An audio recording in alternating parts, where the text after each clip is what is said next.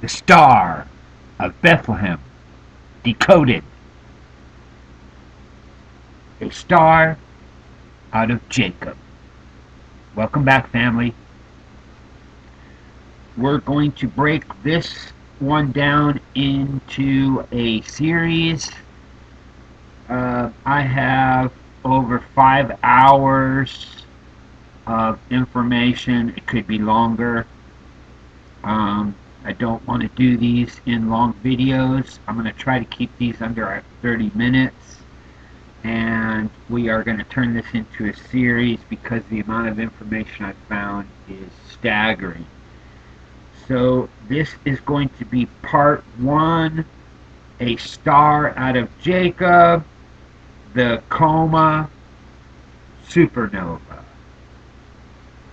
So what we're going to do here in part 1 is we're going to look at the very first signs that were given to the wise men that has to do with the Star of Bethlehem. And in order for us to decode all of this star language, we need to go back in history and dig up as much information as we can, because as you know, there are literally hundreds of theories as to what the Star of Bethlehem is, and there has been hours and hours and hours of research put into this by many people over the centuries, really over the millennia, to decode this star language. And we need to be able to take a step back, and we need to be able to look at all of these things that have been given to us, and then we need to go back and we need to be able to check how this applies to our time now, because it is a encoded message in the heavens.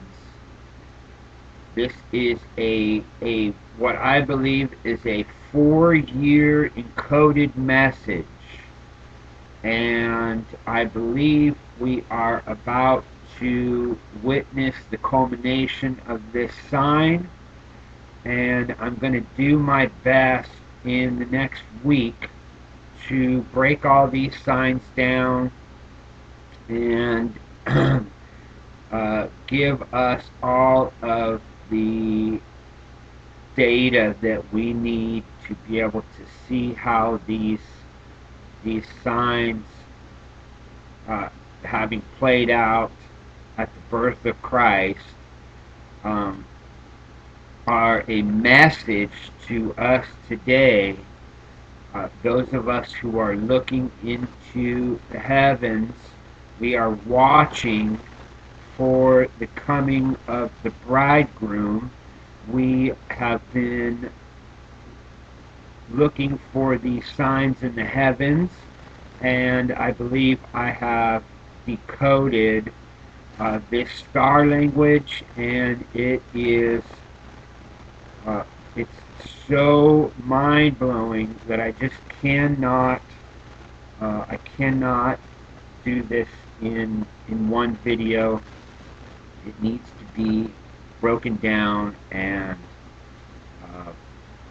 we need to be able to get all of this information so that we have a foundation to move forward on.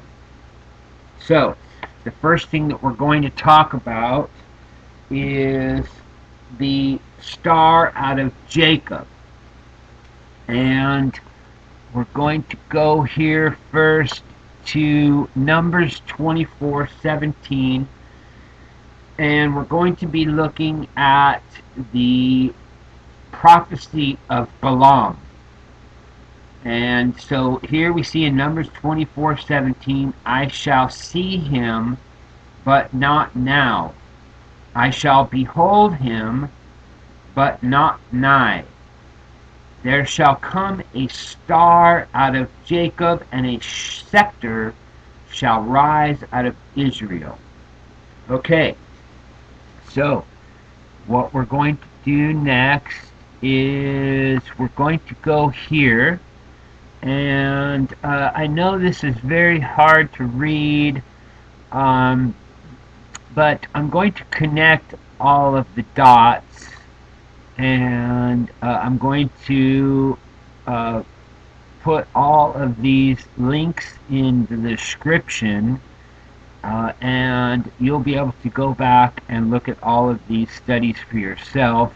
Again, just for time's sake, we're only going to be looking at a couple of pieces within each of these research pages, and I'm putting the links in there for you to go and do more studies, and I suggest that you dig in and read each of these pages that I have, that I'm going to connect, as I have, because it is rich with information about the Mazzaroth and about history and scripture that are all connected to this grand story. So over here on the right we see Coma Berenices, the desired,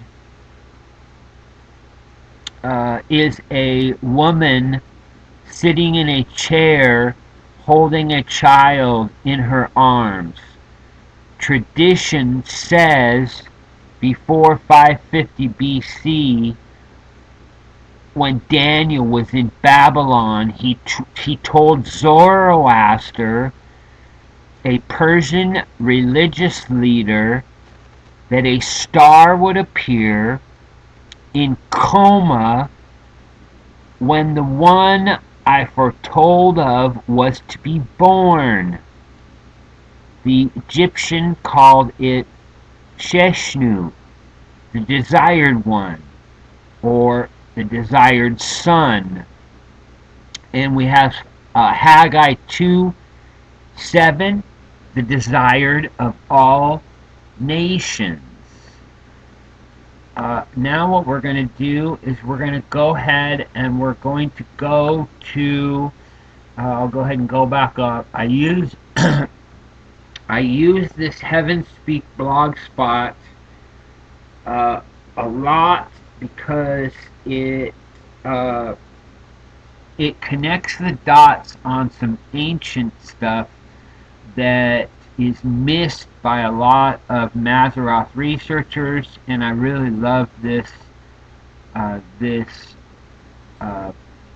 website for doing Mazzaroth research, and I would suggest that you go here also and dig in. We're just going to look at a small piece of this, but this is the heavens proclaim the glory of God. We are looking at the constellation of Virgo, and we're also looking at the deacon Coma as our first sign that was given to really the world at that time was a supernova in the constellation of Coma from 128 BC to 147 AD. These are approximate dates. I believe it's over 250 years. We'll go into a little more detail on that. But this Coma supernova was seen by many people at that time, and it is part of the first signs that were used to discover the codes in the heavens by the wise men, and we have to understand where these wise men came from and how they received these prophecies and these star codes, and from who did they receive them from. So as we just read, it was Daniel who had been taken to Babylon. And if you know history, Babylon was taken over by Assyria, and the Assyrian Empire of, of, of Darius, and even further back into history, or even after that, you will see how Cyrus is involved in that. And at that time, we have the story that we just saw about Daniel telling Zoroaster, who was one of the chief princes, or what a lot of people called a king, but he was a chief prince of the Magi, as was Balaam. And a lot of people, that history is not given to us in the Bible. You have to go to the writings in the Avestas, which is the writings of Zoroaster. And you have to realize that at that time, Daniel, who was the chief in Babylon, and then after that in Assyria, Daniel would have been one of the chief princes or magi that would have told these star codes, or Mazzaroth codes. He would have been teaching this to the Babylonian and the Assyrian empires. And this would have been passed down to the priestly lineage.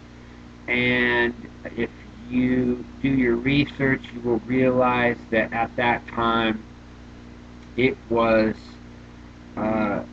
the entire kingdom was Zoroastrian.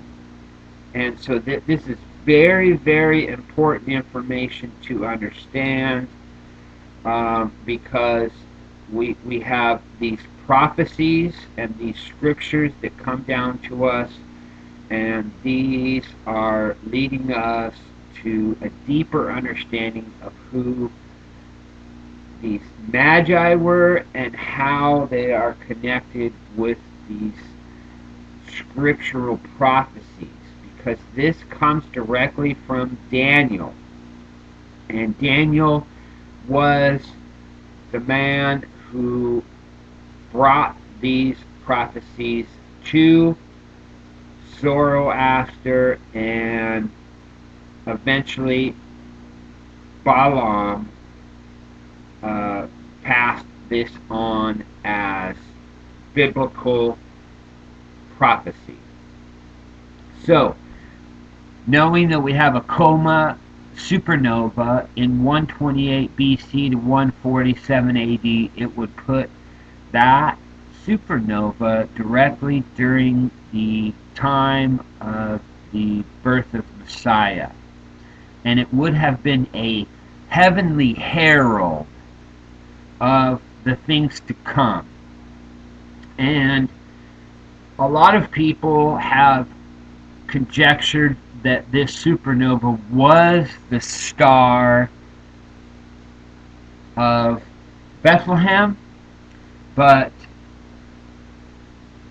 those of you who have been following me for a long time or who have been doing this kind of research, I'm sure that you know that it is Jupiter who is the actual star that is involved in the Star of Bethlehem. But this supernova was a herald, a foreshadow of things to come. So now what we're going to do is we're going to look at the Coma Mazzaroth, and we're going to show you some things about this constellation, which is a deacon of Virgo. We're going to show you how in our time we have a change in this constellation that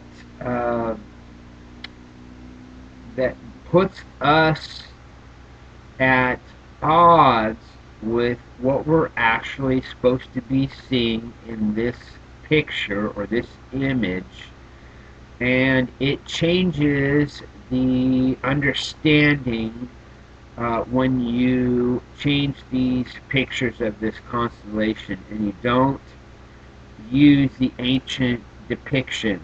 So here in the constellation of Coma Berenices, we see essentially it's a wig. It is Berenice's hair, and if we go to the ancient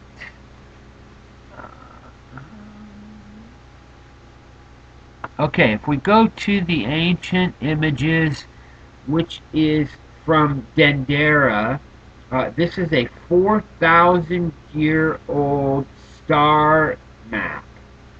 It's the Dendera zodiac. If you have not done your research, this alone will bring so much light to the understanding of the Mazzaroth, because modern astrology has corrupted the ancient images that were handed down to us from the Mazzaroth.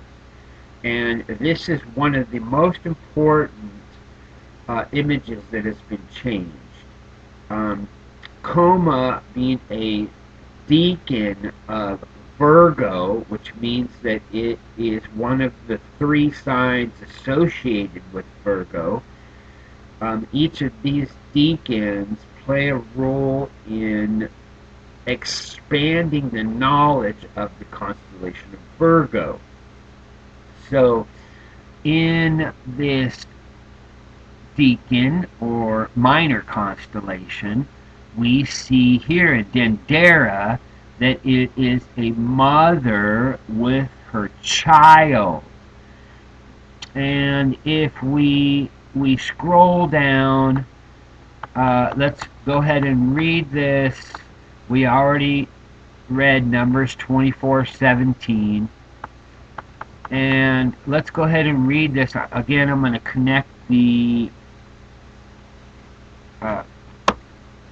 link and in the description, and that'll allow you to go deep into reading all of these studies, because this trigod.org blog is deep with the information that I've been wanting to bring forward, and it's really important to do your research, and I will not be able to present everything that is in all of these blogs. I'm just picking out the most important parts so that we have the details that we need. So there is a celestial double meaning in Numbers 24:17. in the phrase star out of Jacob, with connotations for both the general and specific aspects of our celestial prelude. The new star, or supernova, in the head of the child of Coma, visible for over 275 years, was a general sign. The star out of Jacob that prepared the Magi to watch for the specific aspects of the second part of the celestial prelude, which included the Jupiter-Saturn triple unions of 7 through 6 BC in Pisces. We find the second aspect of Balaam's prophecy related to the scepter, symbolic of the reign of the king planet Jupiter. As we progress through our study, it becomes evident that Jupiter was the planet that the Magi called his star in Matthew 2:2. The Magi noted the triple conjunction of signs from 7 to 6 BC of Jupiter and Saturn that gave them a blueprint for the actual signs marking Christ's birth starting in 3 BC. An earlier sign on August 12, 3 BC, motivated them to begin their caravan to Jerusalem. Both of these aspects of the general and specific celestial signs marking the birth of Christ are found in the study on the stars over Bethlehem. Along with the chart below provided further details of what the Magi observed in the skies overhead at the Messiah's birth in both Virgo and Coma. The first decan of Virgo, called Coma, is seen in the Dendera zodiac as a seated mother nourishing her young child. Coma is the Hebrew name of the constellation that means the desired. The Egyptian name for this decan of Virgo was Sheshnu, the desired son. And that puts us on to Haggai 2:7. The prophet Daniel taught the Magi and other astronomers of King Nebuchadnezzar's court about these planetary unions from the contemporary example of a Jupiter-Saturn triple union in 523 and 522 BC in Virgo. Less than 400 years later, near 128 BC, a new star as the Coma Supernova exploded into the scene. In a decan of the sign Virgo in the head of the child called Coma. This is the key when we remember that much of history was based on the teachings of the prophet Daniel, who became master of the Magi and the Chaldeans and stargazers of the king's court in Babylon. He continued to preside over the august group in the reign of Darius when the Persians took control of the Babylonian Empire. Daniel's influence on the genuine sect of the Magi, not magicians who followed the occult and astrology, paths represented a critical impact on the astronomical doctrines of the Gentile scientists, especially regarding the widely held beliefs in the general sign marking the coming Messiah during this period in history. Obviously, the Magi were aware of the truths of the celestial gospel concerning the coming Redeemer, since it was their unrivaled expertise in astronomy that led them to Jerusalem following Jupiter in the first place. So, we see here back on this that it was Daniel who presented this to Zoroaster, and Zoroaster being a chief priest of the Assyrian Empire, or what we would call the Persian Empire at that time, was very instrumental in passing this on to the rest of the priests, and this is where Balaam comes in, and we have the Numbers prophecy of the coming king and the desired child and the promised seed. And we can see how let's go ahead and scroll down.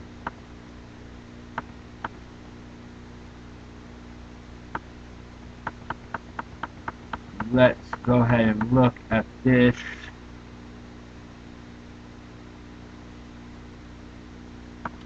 This is the Heaven Speak blog spot, and we see the Egyptians called this sign Sheshnu, meaning the desired son. The child has a Hebrew name, Yeshu, with a significance, Yeza, which is Greek, is called Christos or Christ. These are the very words used by the prophets as it is written. In Haggai 2:7, I will shake all nations, and the desired of all nations shall come. In Luke 2:40, we see there the child grew up healthy and strong, and he was filled with wisdom, and God's favor was upon him. We see in Coma the promised seed from the woman, a virgin, is a boy, the desired one, nurtured and growing, waxing strong in the spirit and wisdom of the Lord. The zodiac in the temple of Dendera in Egypt, at least 4,000 years old, shows this figure of a woman and a child as shown above. We already showed you the image, but the modern maps of the stars show instead a wig. This change was made by Ptolemy III in the 3rd century BC.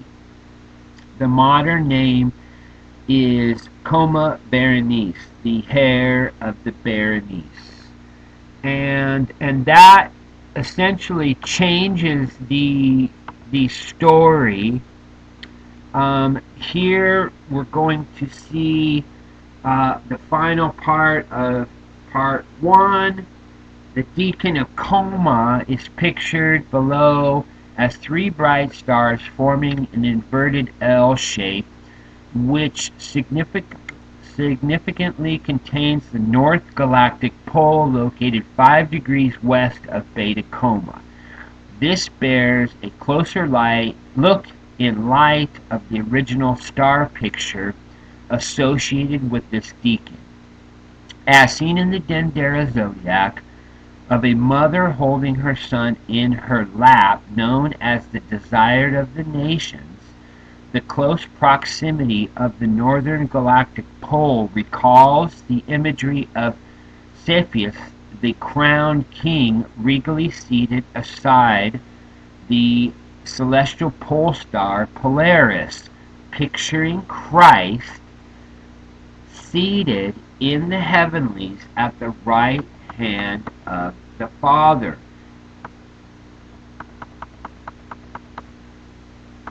During the proposed 250 plus period between 128 and 147 AD, referred to by Ptolemy above, shekels from Judea struck during the period of the second revolt bear the image of a bright star over the Jerusalem temple called Bar Kokhba, or the son of the star, as this star was seen to be vertically over the temple in Jerusalem and Bethlehem.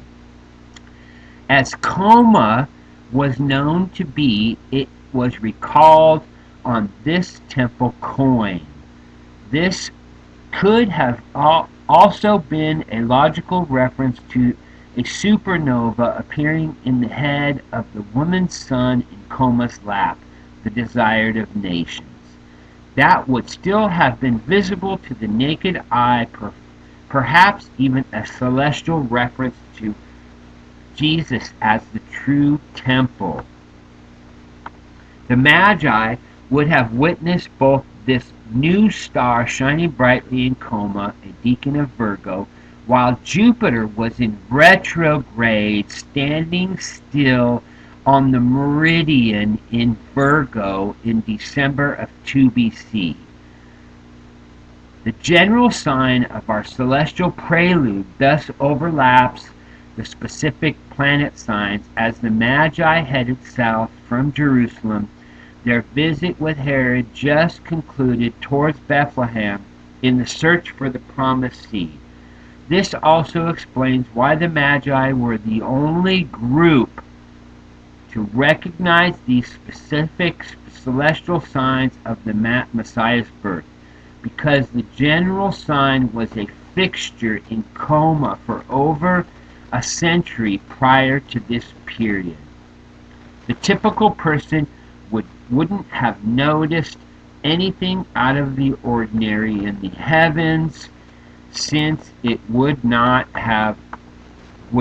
stand out unless coupled with the knowledge of the specific signs which brought the Magi to Israel in the first place. This is another reason why the Magi were so joyful when they saw his star, Jupiter, over Bethlehem. This scenario of what the Magi beheld in the skies over Bethlehem in December of 2 BC is depicted in the title banner of this article. In Numbers 24:7, when Jacob is referred to in Balaam's prophecy, it bears reference not only to the seed of Jacob, but also in the land promised to him as an inheritance in his covenant with God in Genesis 15:18. And we're going to go ahead and end it here.